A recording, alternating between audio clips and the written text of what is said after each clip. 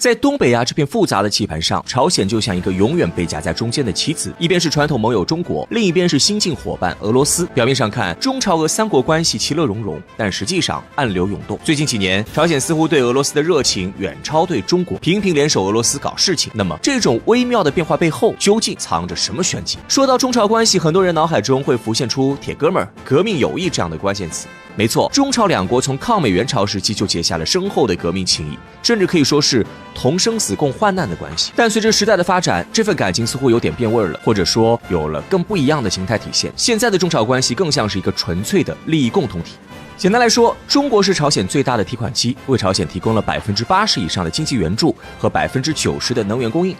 而朝鲜呢，在国际舞台上始终坚定不移地支持中国的外交政策。这种关系虽然稳定，看起来也一片祥和，但细细观察就会发现，两国关系近些年正渐渐趋向于不冷不淡。中朝之间的互动少了很多火花，以前两国领导人频繁互访，甚至有逢年过节走亲戚的感觉。但现在，两国领导人的会晤次数明显减少，连公开的互动都显得有些理智冷静。当然，这并不意味着中朝之间的革命友谊变质，只能说中朝关系进入了一个务实期。中国对朝鲜的支持依然很大，但双方的互动更多是基于现实的利益考量，而非单纯的感情维系。相比于中朝关系的降温，俄朝关系可以说是火力全开。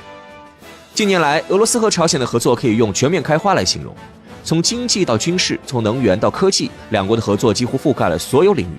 经济合作上，俄罗斯成了朝鲜又一台提款机，俄罗斯对朝鲜的经济支持可以说是大手笔。近年来，俄罗斯向朝鲜提供了大量低息贷款和能源支持。比如，俄罗斯不仅向朝鲜提供石油和天然气，还帮助朝鲜修建了多个能源项目。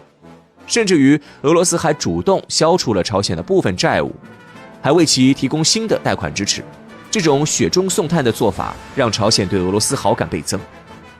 军事合作上，两国从互相学习到联合演习，交流逐渐趋向于亲密。不难发现，俄罗斯和朝鲜的军事演习规模越来越大，内容也越来越复杂。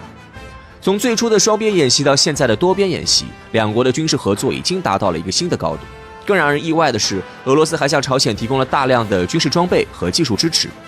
比如，俄罗斯曾向朝鲜出售苏25攻击机、特72坦克等先进武器装备。这些装备不仅提升了朝鲜的军事实力，还让两国的军事合作更加紧密。而朝鲜也投桃报李，直接派兵参与俄乌战争。至于外交合作上，两国在国际舞台的默契越来越高，特别是在联合国等国际场合，朝鲜开始打破惯例，不再一味追随中国的立场。尤其在乌克兰问题上，朝鲜的态度明显更靠近俄罗斯。这种默契的提升不仅体现在立场上，还体现在行动上。在某些国际会议上，俄罗斯和朝鲜经常联合发表声明或提案，特别是有关俄乌战争相关议题，朝鲜毫不掩饰自己站对俄罗斯的立场。这种抱团取暖的做法，让两国在国际舞台上的影响力不断提升。现如今的俄朝两国俨然成为肩并肩的亲密盟友。那么究竟是何原因让朝鲜在中俄之间选择后者，成为近些年的盟友？首先从钱上来看，俄罗斯无疑对朝鲜更有吸引力。近年来，俄罗斯在经济上对朝鲜可谓是出手阔绰，不仅提供了大量的低息贷款和能源支持，还承诺在铁路、港口等基础设施建设上投入重金。更重要的是，俄罗斯对朝鲜的经济援助几乎没有附加太多政治条件。这种纯商业的合作模式让朝鲜觉得既实用又省心。其次，在政治上，俄罗斯更懂投其所好。在国际舞台，朝鲜无疑是个夹缝中的小国，它既要面对美国的制裁压力，又要处理好与邻国的关系。俄罗斯很清楚朝鲜的痛点，于是它不仅在国际舞台上为朝鲜发声，还在军事合作上给了朝鲜不少甜头。比如，两国经常举行联合军演，甚至在武器装备和技术转让上也有深度合作。这种实打实的支持，让朝鲜觉得俄罗斯才是真正的靠谱队友。相比之下，中国在一些事情上的中立行为让朝鲜感觉失望。再者，在战略独立性上，俄朝合作能让朝鲜更加自在。作为一个爱面子的国家，朝鲜最在意的莫过于维护自己的战略独立性。他不想成为任何大国的附庸，也不想被牵着鼻子走。俄罗斯在与朝鲜的合作中表现得相当大度，他不仅尊重朝鲜的外交决策自主权，在某些国际问题上甚至允许朝鲜采取自己不同的立场。这种松散型的合作模式让朝鲜觉得自己依然是一个独立的主权国家。最后，从历史角度来看，朝鲜与俄罗斯的恩怨更少。历史恩怨看似无关利益，但有时候比现实利益更能影响国家间的合作意愿。俄罗斯和朝鲜之间的历史恩怨相对较少，即使有过一些摩擦，也都很快被双方的合作需求所掩盖。这种相对干净的历史关系，让两国更容易建立互信。而除了以上种种，俄朝共同的地缘战略诉求，也是促使双方走向深度合作的重要诱因。站在俄罗斯的角度，俄朝深度合作能够让俄罗斯在东北亚找回存在感。长期以来，俄罗斯在东北亚地区的影响力一直被美国、中国和日本压制，尤其是在美国主导的印太战略和日美同盟不断强化的背景下，俄罗斯感觉自己像是被边缘化的局外人。但朝鲜通过与之合作，俄罗斯成功的在这个关键区域找回了存在感。同时，有朝鲜的帮助，俄罗斯能够顺利在远东构建新的战略支点，用以抗衡美西方。朝鲜半岛是连接东北亚和东亚的重要枢纽，通过深化与朝鲜的关系，俄罗斯不仅在地理上获得了进入东亚的重要通道，还在政治和军事上获得了更多话语权。比如，在联合国安理会等国际场合，朝鲜经常与俄罗斯保持一致立场，这无形中增强了俄罗斯在东北亚事务中的发言权。近年来，美国和日本不断加强在亚太地区的军事部署，这让俄罗斯感到压力倍增。而通过与朝鲜的军事合作和联合演习，俄罗斯不仅展示了自己在东北亚的实力，还向美国和日本传递了一个信号：任何试图孤立俄罗斯的行为都会遭到强烈反制。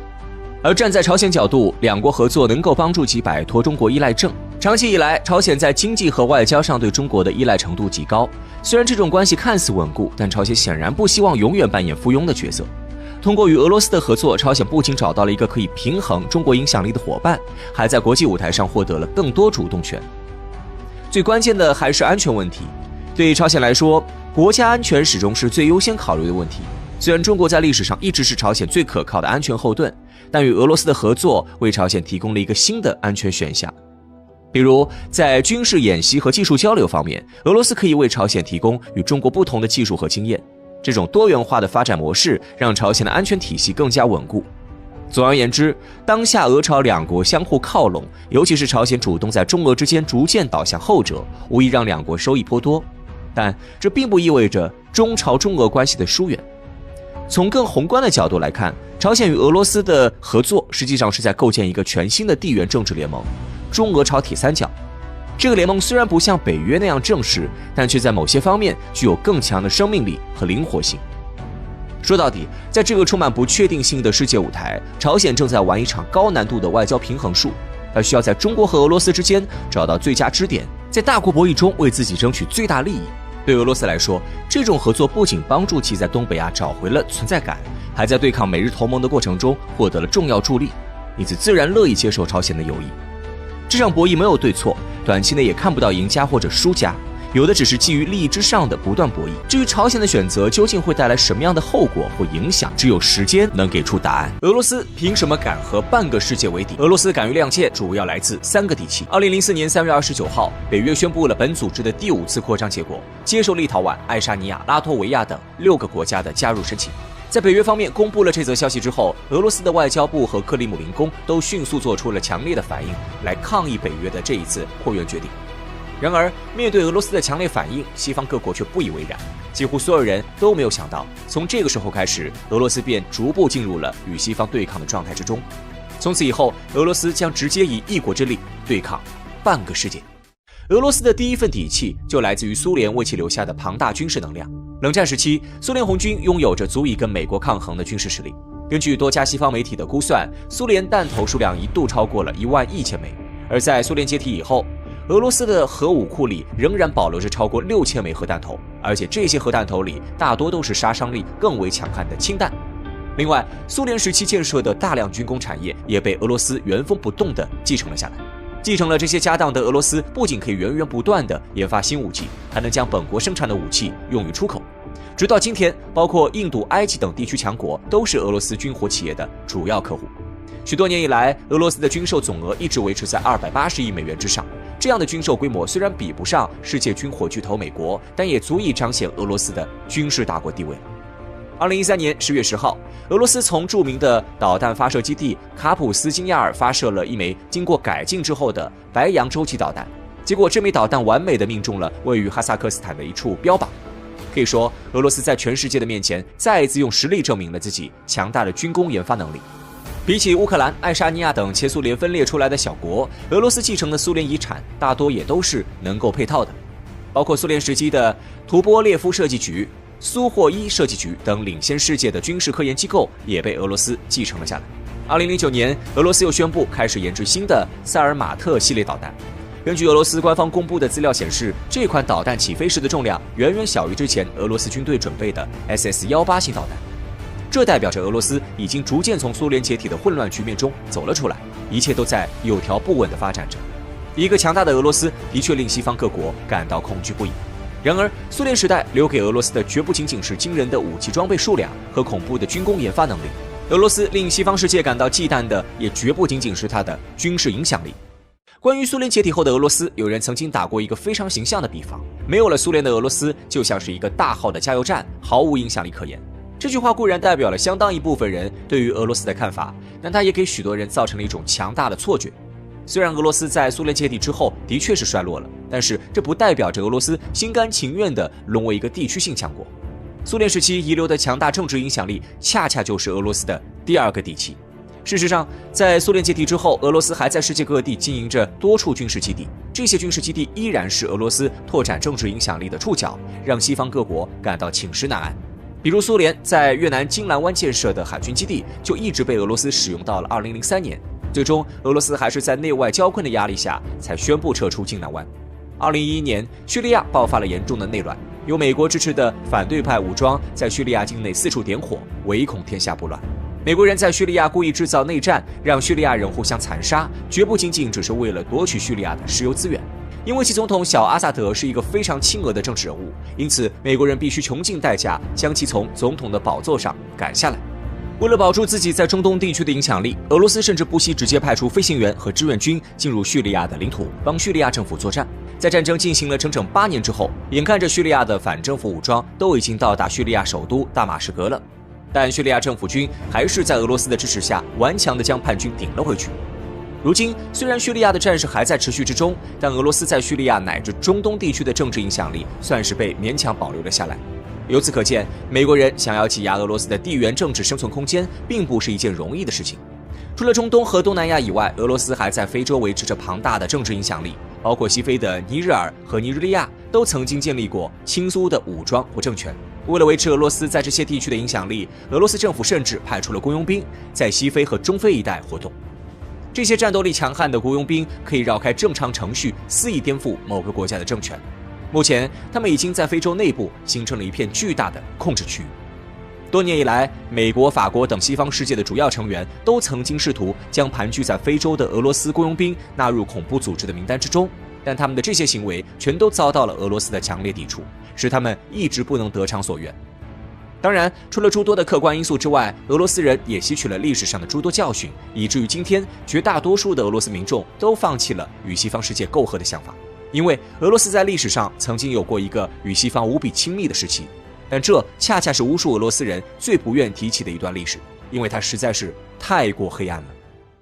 1991年，随着苏联的解体，俄罗斯迎来了一个全面亲美的时代。由于俄罗斯的初代总统叶利钦是一个铁杆的自由派，俄罗斯在他的带领下几乎成了美国的小跟班。在经济上，俄罗斯进行了空前的市场化改革，一时之间，卢布的价值出现了连番跳水，无数普通俄罗斯人的积蓄就在这一轮浩浩荡荡的经济改革浪潮中瞬间蒸发了。随后，多家美国公司陆陆续续地进入了俄罗斯境内，开始大肆收购苏联时期遗留的国企和厂矿。整个俄罗斯最有价值的资产几乎都被美国人和西方资本家抢购一空了。看着支离破碎的国家，许多俄罗斯人才恍然大悟，原来大家都被先前的自由派政客给欺骗了。西方和美国永远都不会让俄罗斯有真正强大的机会。随着叶利钦将俄罗斯总统的宝座传给普京，俄罗斯的外交政策也开始逐步转向了东方。尽管普京政府曾经试图与西方保持较为友好的关系，但西方集团仍然不顾俄罗斯的反对，将波兰、立陶宛等东欧国家纳入了北约的势力范围。于是，自2004年开始，俄罗斯与西方之间的博弈就变得越来越激烈了。尽管美国联合其他的西方盟友对俄罗斯实施了最严格的经济制裁，但俄罗斯却在西方的经济制裁当中逐渐成长了起来，并顺利摆脱了对西方国家的经济依赖。因为在西方国家加大对俄制裁的同时，俄罗斯迅速向东方的中国靠拢，中俄之间不但建立了为粮食贸易开设的专用走廊，甚至还开始在军事领域展开了多项合作。本世纪初，俄罗斯便加入了由中国主导的上海合作组织，随后俄罗斯又与中国、印度、巴西一起牵头成立了金砖国家组织。凭借这些举措，俄罗斯的影响力不仅没有因为西方的打压而被削弱，反而变得越来越强了。到了2012年之后，由于斯诺登事件和克里米亚公投事件等诸多因素，俄罗斯面临的地缘政治环境开始朝着恶化的方向一路狂奔。此时的俄罗斯已经相当于是在和半个世界为敌。但是面对这样的局面，俄罗斯人却丝毫不慌。尽管与西方世界为敌必然会受到一些经济层面上的影响，但绝大多数的俄罗斯人依旧支持总统普京的决策。也许在未来的国际政治博弈中，俄罗斯和西方集团之间还会上演更加激烈的博弈，但俄罗斯的人民一定不会轻易向对手让步。这不仅关乎到俄罗斯这个民族的尊严，更关乎到千千万万俄罗斯人的生存问题。历史的教训已经让俄罗斯人对西方集团失去了信任，经过岁月的洗礼和磨砺，相信他们也一定能够明白，到底谁才是俄罗斯真正的朋友。